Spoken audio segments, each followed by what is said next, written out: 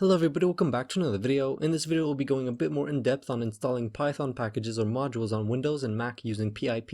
Now there are a lot of pip commands, but for this video we'll be going through the ones that I listed on the screen. Most of the commands should be exactly the same for Windows and Mac, but I did find a few differences. So when we get to those differences, I'll be sure to show the commands on both operating systems. With all that in mind though, I really hope that you enjoy the video. Alright, so on Windows, the first thing that we want to do is open a command prompt. So we go to search bar, type in cmd and then enter. Okay, so on Mac, the first thing that we want to do is to go to Launchpad and then search terminal.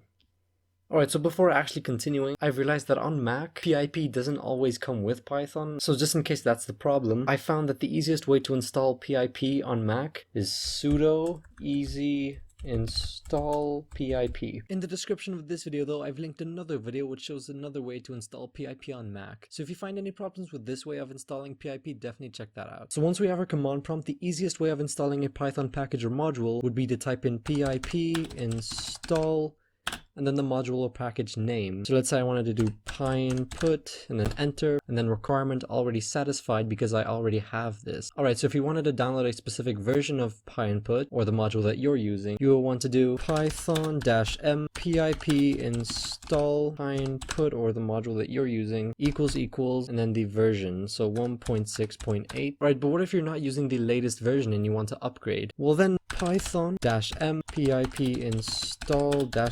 upgrade pyinput. If you're using multiple versions of Python, then on Windows you would want to do py dash and then the version you want to install this Python package or module to. So let's say I wanted to install it to Python 3.6, then I would do 3.6, then -m pip install pyinput or the module that you're using. Alright, so that was the tutorial. If you have any questions, please leave them in the comment section. If you think that there are any ways my tutorials could improve, please let me know. Other than that though, thank you for watching. I really hope that you enjoyed the video.